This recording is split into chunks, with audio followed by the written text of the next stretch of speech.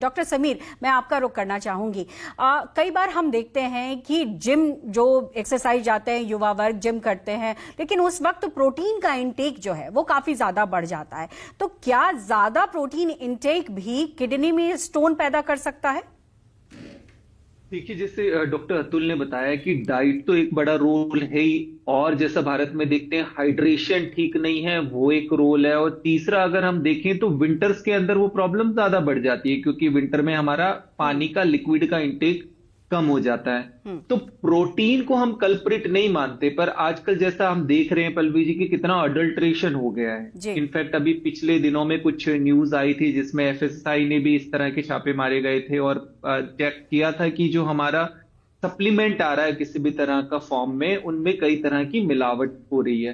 तो एक तो आपको सही राइट प्रोटीन सप्लीमेंट नहीं मिल रहा, तो वो एक मतलब बड़ा कारण बन सकता है। जो प्रोटीन पाउडर की या वे प्रोटीन की हम बात करें, अगर वो सही सोर्स से नहीं है तो वो एक डेफिनेटली कारण बन सकता है।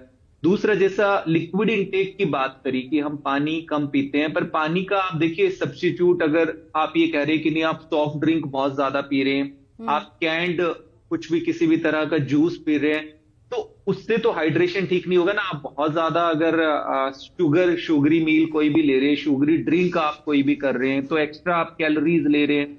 उसके अलावा और जो कई तरह की वो लाइफस्टाइल या मेटाबॉलिक सिंड्रोम होता है, उसको वो ज्यादा बढ़ा देते हैं।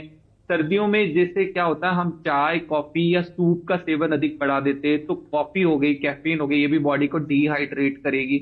इसके अलावा सूप हो गया, सूप बहुत ज्यादा नमक का इस्तेमाल कर रहे हैं, तो जैसे डॉक्टर अतुल ने बताया कि भाई आप बहुत ज्यादा नमक ले रहे, सॉल्ट ले रहे, तो वो भी बॉडी को डिहाइड्रेट करेगी।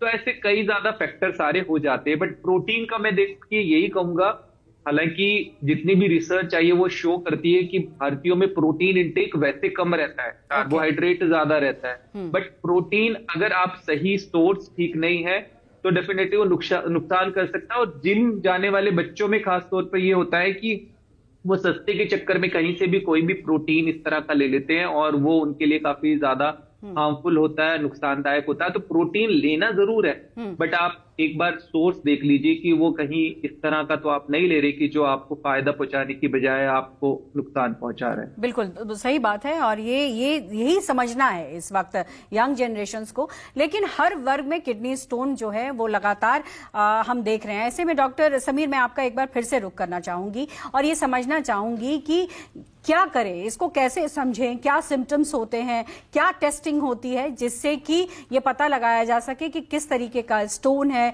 और क्या इसका इलाज हो।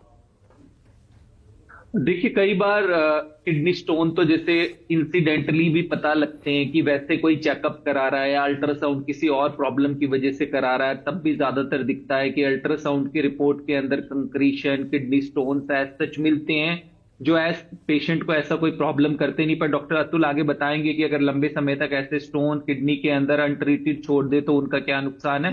बट आमतौर पे अल्ट्रासाउंड के अंदर हम लोगों को स्टोन दिख जाते हैं ऐसे, तो आप अपना रेगुलर हेल्थ चेकअप कराएं, तो उसमें एक अल्ट्रासाउंड जरूर करा ले, ताकि इस तरह के कोई भी अनडायग्नोस्ड स्टोन जो पड़े हुए हैं साइलेंट, आपको पता नहीं, तो आप उसको डायग्नोस्ट करके फर्दर उसका आगे ट्रीटमेंट कर सकते हैं। बट एज सच अल्ट्रासाउंड में हमें पता लग जाता है। इसके अलावा वैसे एक्सरे के अंदर भी देख सकते हैं, कुछ ऐसे स्टोन होते हैं। बट सबसे ज्यादा अगर हम देखें कि कई तरह के स्टोन का साइज को लेके कई बार वेरिएशन आता है, और क्योंकि अल्ट्रासाउंड बड़ा सब्जेक्टिव होता है, इसमें आपका इक्विपमेंट कैसा है, जो ऑपरेटर है, डॉक्टर कर रहे हैं, वो सब इन चीजों पे डिपेंड करता है।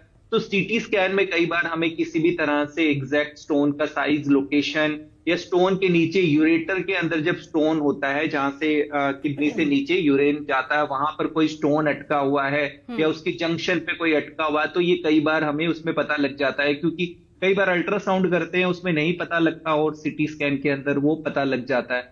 तो अगर आपका डायग्नोस नहीं बन पाया ठीक से, तो सीटी स्कैन लो डोज होता है, वो भी कराया जा सकता है। बट इसके अलावा जैसा आजकल हम देख भी रहे हैं कि अभी फिलहाल हमारे पास किडनी स्टोन्स के प्रॉब्लम को लेके जो आते हैं टेस्टिंग, वो काफी ज्यादा सर्दियों में 2-3 महीने काफी ज्यादा बढ़ जाती है। और इसके अलावा यूरिनरी ट्रैक्ट इन्फेक्शन के भी इस समय काफी हमारे पास केसेस ज्यादा आते हैं। जाहिर तौर पे किडनी से जुड़ा मामला होता है तो यूटीआई की समस्या भी बढ़ जाती है ऐसे में।